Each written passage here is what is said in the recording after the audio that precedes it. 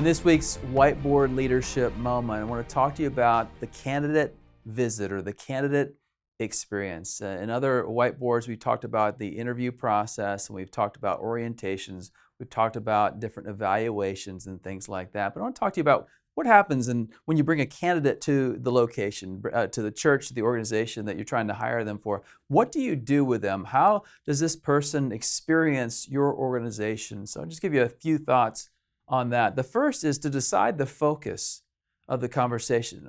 There are 4 different C's when it comes to candidates. You want to check out their character, you want to check out their competency, you want to see if they have chemistry with the team, and you want to see if they understand the culture of the organization.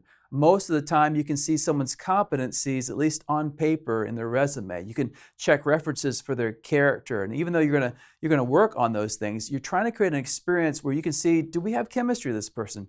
Are they really one of us? Do they understand our culture? Because you can have a person with great competency, but culture and chemistry really are the strengths, the behind-the-scenes things that actually help an organization to move forward. So you're going to test for those kind of things. You want to ask yourself, the length of the stay.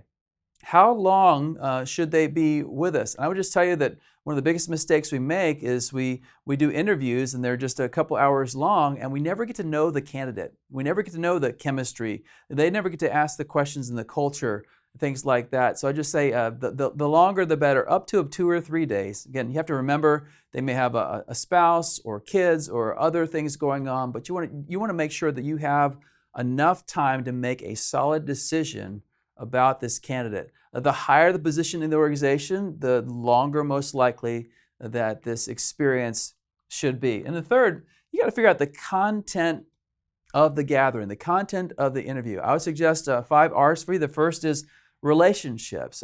You should have set up meetings where they're talking with the person they're working for, the people they're working with, and the people they're serving, and the people they're giving relationship to. So think about those different levels and how are they going to interact on all 3 of those levels. Second, the resources. What do they have? Do they understand the facility and the budget and the number of volunteers? And can you give all that on display and help them spend time and find out more about those? Even the history of the organization, the history of the church might be a good thing to share with them so they understand the context in which they're coming.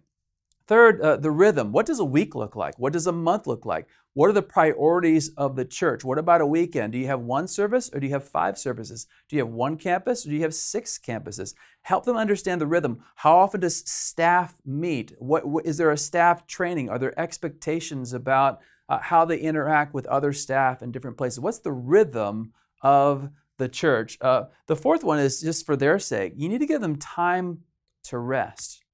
A lot of times we have this interview experience and we just have them go.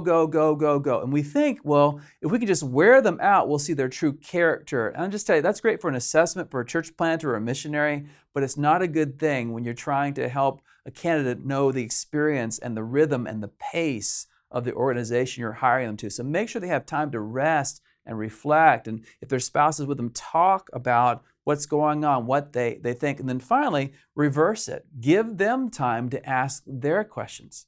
It's not just them that's in the interview. You're being interviewed as well. You need to give them time to ask the questions that they may have. One of the things that I would do when I was hiring people around me is I would spend time with them, but then when they're talking to the people they're working with, I'd say, listen, I'm going to leave the room, let you guys talk, and this will give them an unfiltered conversation about what it is like to actually work with me as their boss. And so I would just tell you, you have to give them time to reverse the conversation and make sure they can ask their own questions. And finally, think about their experience. If you want to have a top quality candidate, I'm just going to suggest you give them a top quality experience. I've seen many places where candidates are borrowing the pastor's car or they're staying in someone's home. And if that's your culture, that's fine. But if you're trying to get them to step into a scenario where there's a high quality of excellence as well as authenticity, then you're going to just step it up. Put them at a nice hotel. Make sure there's a fruit basket and a note from the pastor saying, welcome, we're so glad you're here. Make sure the staff are in town. I actually interviewed one time and the lead pastor wasn't even in town. He was on vacation. That communicated a lot to me. Think through the experience of the candidate. See, my hope for you as you design this candidate visit, this candidate experience, that God will give you the people you need to help people meet, know, and follow Jesus by starting and strengthening churches and leaders and congregations worldwide. This has been a Converge Whiteboard Leadership Moment.